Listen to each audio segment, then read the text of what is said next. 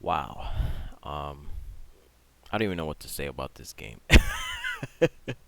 This game not only did it exceeded my expectations, I think this is game of the year worthy.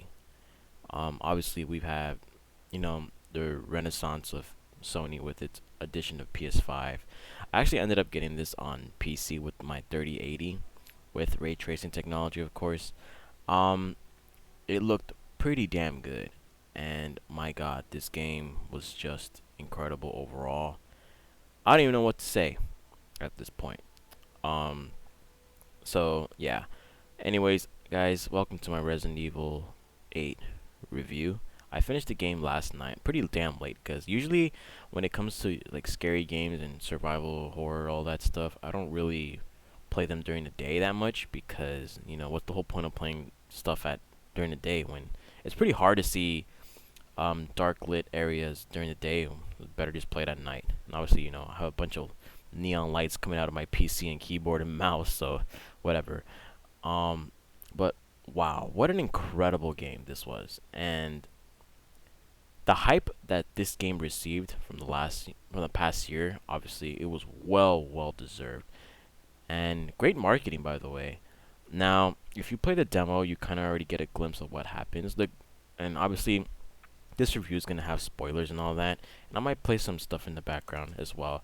But wow, good lord. If you play the demos, the castle and the village, you kind of already do spoil yourself a specific portion of the game. You don't really spoil like an entire part of a game and all that stuff. But you just jump into this world and it's like, wow, it's unbelievable. And I'm just gonna be start playing some just put some stuff up there in the area that you get this stuff. Like I said, it's all spoilers, so if you don't want to, you really do not want to spoil yourself, I suggest play the game and come back to the review whenever you're done.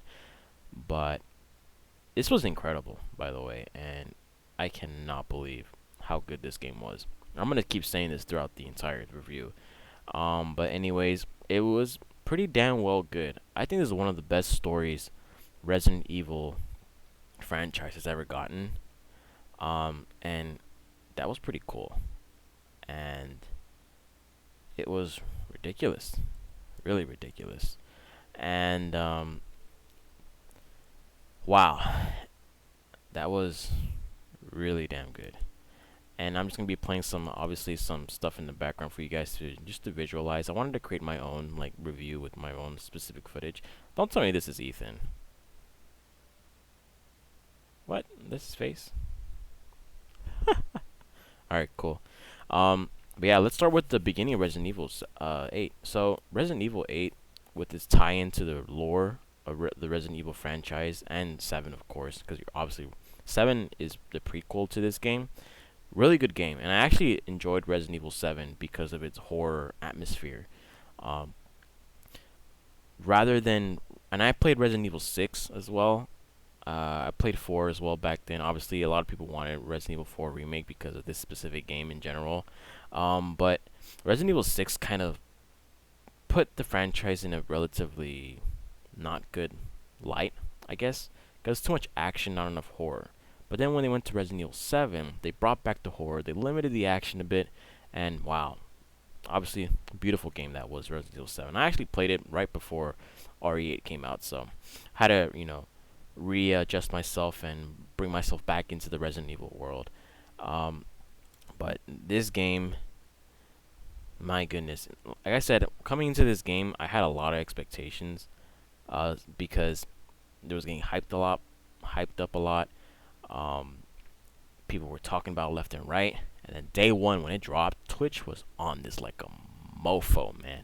I mean, everybody was playing this game. I haven't seen a single. Literally, my entire feed was Resident Evil 8, Resident Evil 8, Resident Evil 8 Village, whatever. All right, so talking about some stuff.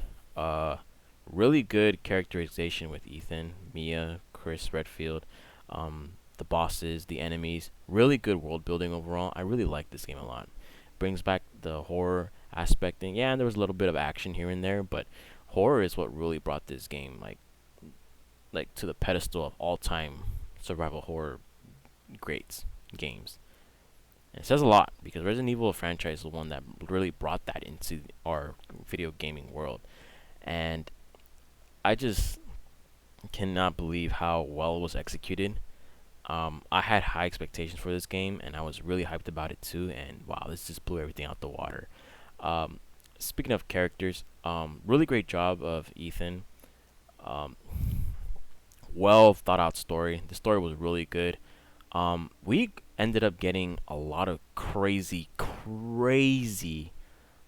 details of the Resident Evil lore towards the end of the game, which makes sense because that's what happened in Resident Evil 7 as well. But the fact that the main boss, Miranda, was an actual teacher to Oswald Spencer, who initially created Umbrella or founded Umbrella, that's crazy. So that means this entire time we're basically playing Origins of Resident Evil franchise, or Umbrella, I should say. How the virus came to be, and basically the fungal infection that was from Resident Evil 7 um, started from here, and pretty much everything Resident Evil related or Umbrella Corporation started here, and that's pretty interesting to see, And and the bosses themselves, the four lords, I guess we would call them. I think my favorite one would have to be. Okay, now it's gonna be kind of weird, but I actually like the second lord, which is the Donna Benevito house. And let me tell you something about that place. This place, and I don't know if I can ever bring the concept art here because I'm not sure. But the second lord, let me see if I can actually find it here in the concept art. I'm trying to see where if I can possibly. Oh, there's Ada. That's Ada. Hello. Where is the Donna Benevito house? Because, oh, good lord, it's right here. Nice, love it. Um, this specific portion, and I know this is all concept art and everything, but this specific portion of the entire game was the most creepiest thing I ever played in a Resident Evil game. Period.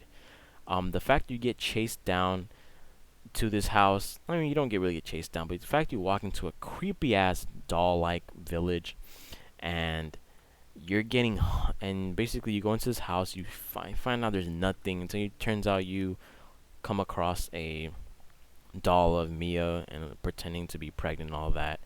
And the fact you have to do all these puzzles, your weapons get taken away, which adds another layer of suspense because now you can't defend yourself, which means like, oh, what the hell am I gonna do in this portion?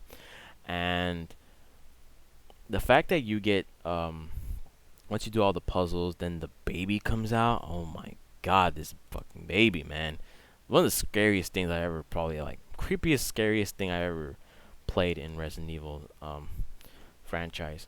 And the fact that there's a hiding mechanic in this game, specifically for this portion of the second lord or whatever, that is pretty damn thrilling. And the baby itself is disgusting, bro. Basically the main boss you have to face, quote unquote. It gave me some Silent Hill vibes, and that was really, really well executed. Probably gave me the most creepiest. Like, even when I was playing, I was like, good lord. I was not gonna turn my game off, 'cause I'm not like that. I'm not that type of guy. But dude, it gave me some like really, like kind of pumped fake me to hell, man, with that stuff, 'cause it was creepy as hell.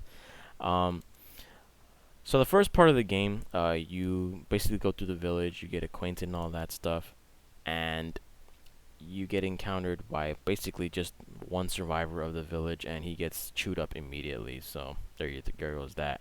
The enemies were pretty well executed, really well designed actually, and I was pretty impressed. Pretty impressed, and I just like the enemies. I think there's more variety. Of course, we only got a couple enemies in the Resident Evil 7 um, game itself, and I'm just gonna show some movies for you guys to enjoy. Not sure how the audio is gonna turn out to be, but you know, whatever. I think it's pretty low to the point you can possibly hear stuff.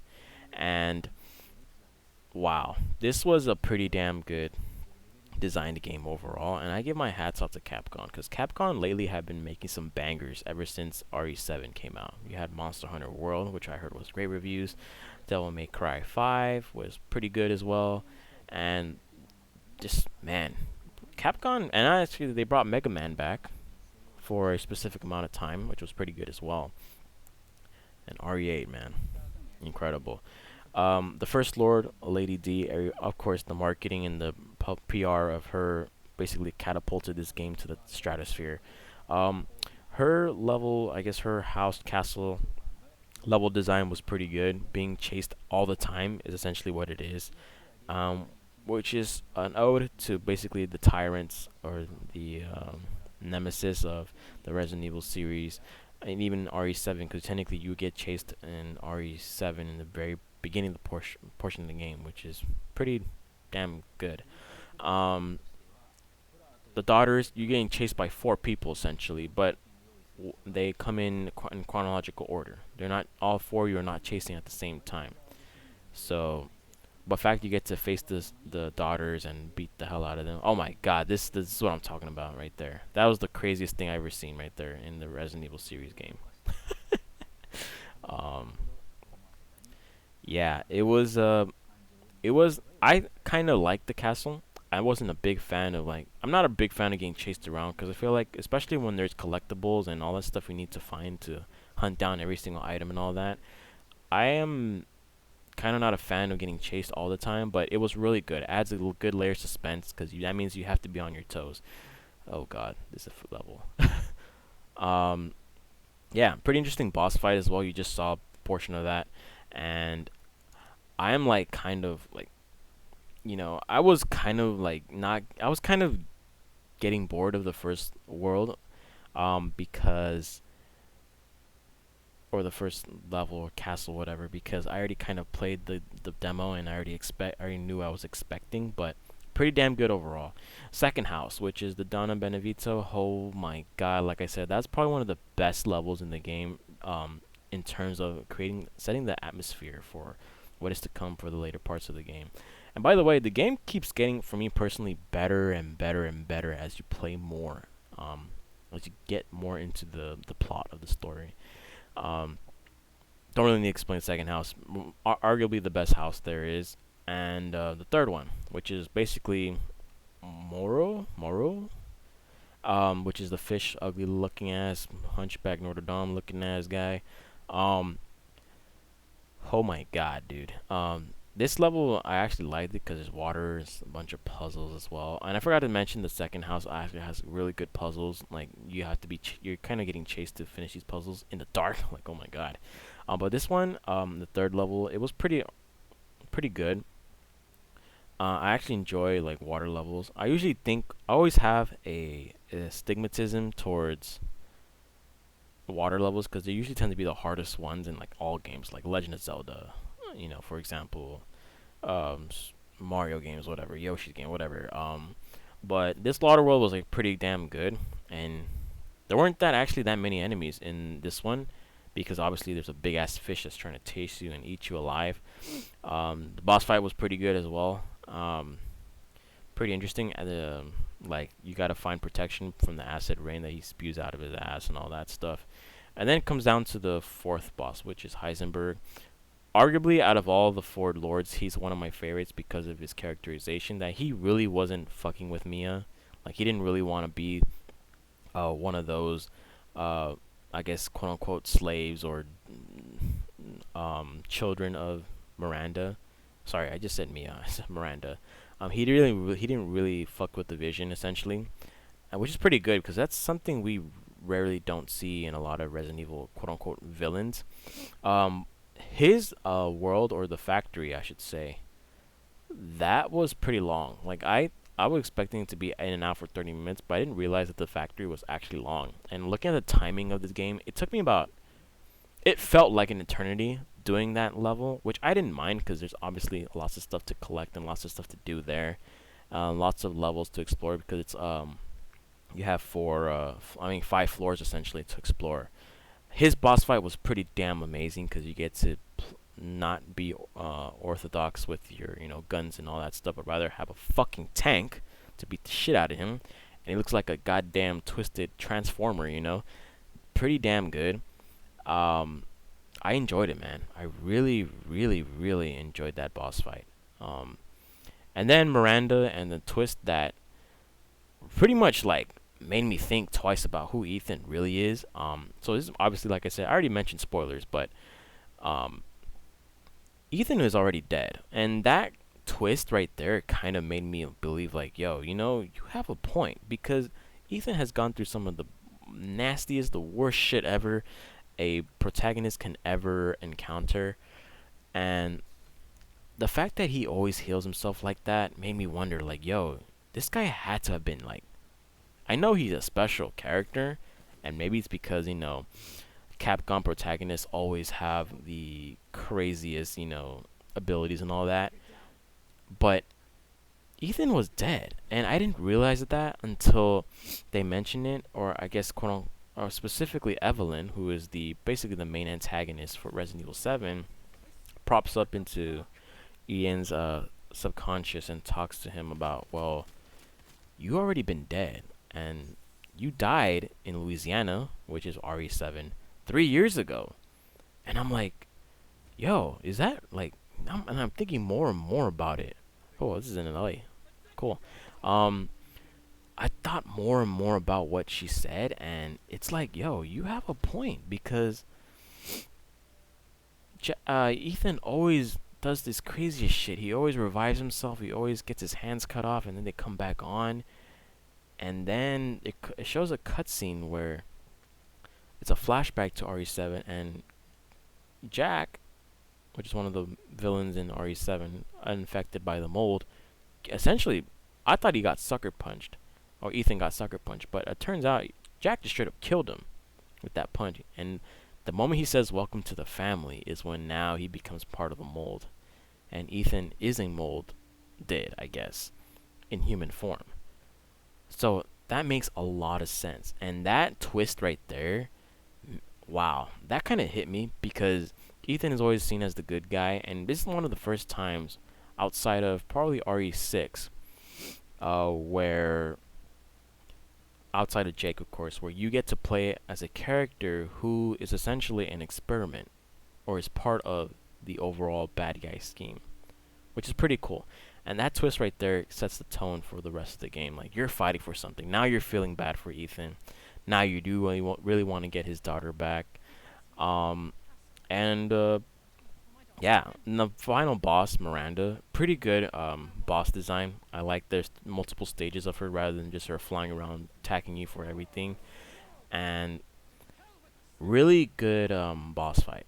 Really good. A lot of these boss fights I notice are in very claustrophobic areas as well. Like, you are not given a lot of space to run out, which I like that. I like that degree of claustrophobia for a lot of players that enjoy challenges, especially challenging boss fights where you have to think outside the box. A lot of enemies, you can't just straight up just go guns blazing. You have to think like, oh, well, this one has armor. What do I do? Oh, this one's weak point is cover. Like, oh, what do I do? And the Duke. And the Duke is a pretty cool guy. I think he's like the best friend, quote unquote, so you don't feel alone in the village. Gives you a lot of cool stuff. Obviously, it's an ode to Resident Evil 4 with the actual original merchant, and I enjoyed it. His presence in the game is pretty damn good. The fact that he has business transactions with the actual villains and you, which means he's pretty much a neutral player, but I really enjoyed him because in the final portion of the game, he helps you out and he wants to go see Miranda and escorts you to that one area before the boss fight. It was pretty damn good. So you obviously Duke, shout out to the Duke, MVP, friend, best friend. um, I really, really, really like this game, and I'm just gonna keep saying it. I think it's game of the year potential. Obviously, I've heard Returnal was actually damn good because it got hyped up just because it's on a PS5 exclusive. But I think this game is gonna be game of the year worthy.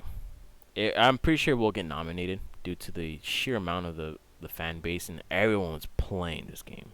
This was super hyped. One of the games from the PS5 showcase that got super hyped. Um, I enjoyed it, man. I really, really enjoyed this game, and I might go back to play the harder difficulties because there's actually a collection and challenges mode where you do a bunch of stuff. Basically, the when you get the trophies, um, you get a completed challenge, and it tells you, oh, you did this, this, and that, and all that. So I'm gonna go look back into it and play this game again to get all the challenges completed, because I'm that kind of guy, you know. And this game was hyped. I did finish this game early, but I felt like I did take my time because I was exploring a lot of this game in regards to collecting items and ammunition, weapons, unlocking keys. There's a bunch of stuff that I did not collect because some of the parts I was kind of like rushing it. So I might go back and to do the higher difficulties to complete those challenges. So yeah, overall, pretty damn good game. And wow, and the fact that this essentially is the quote unquote origins of where everything came to be with Umbrella, the original progenitor virus, progenitor. That's how you say it. Progenitor virus, alluding it to Africa and all that, which reminds me of RE5. And yeah, in terms of Easter eggs, there are some Easter eggs with a bunch of stuff. Um, Obviously RE7 because it's the prequel. Now, I will say this: if you want the story, at least this story in particular, to make sense, I highly recommend playing RE7, which makes sense why it was in a bundle with RE8 for $80, which I think was worth it with all the DLC.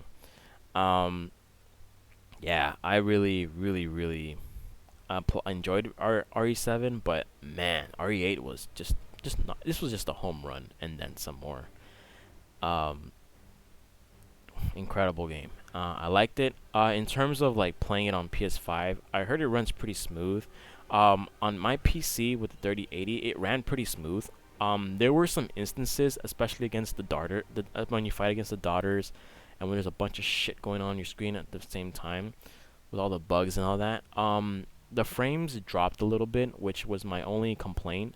But other than that, like the game was running damn smooth. I liked how smooth the when you shoot your guns and uh, the way the enemies interact with you, stealth mode and all that stuff. Pretty damn good. And yeah, I might conclude my review right here. It was a pretty long review, but I highly recommend playing RE7. I think it's pretty cheap right now on Steam and on PlayStation or whatever. Um, Really good, and wow.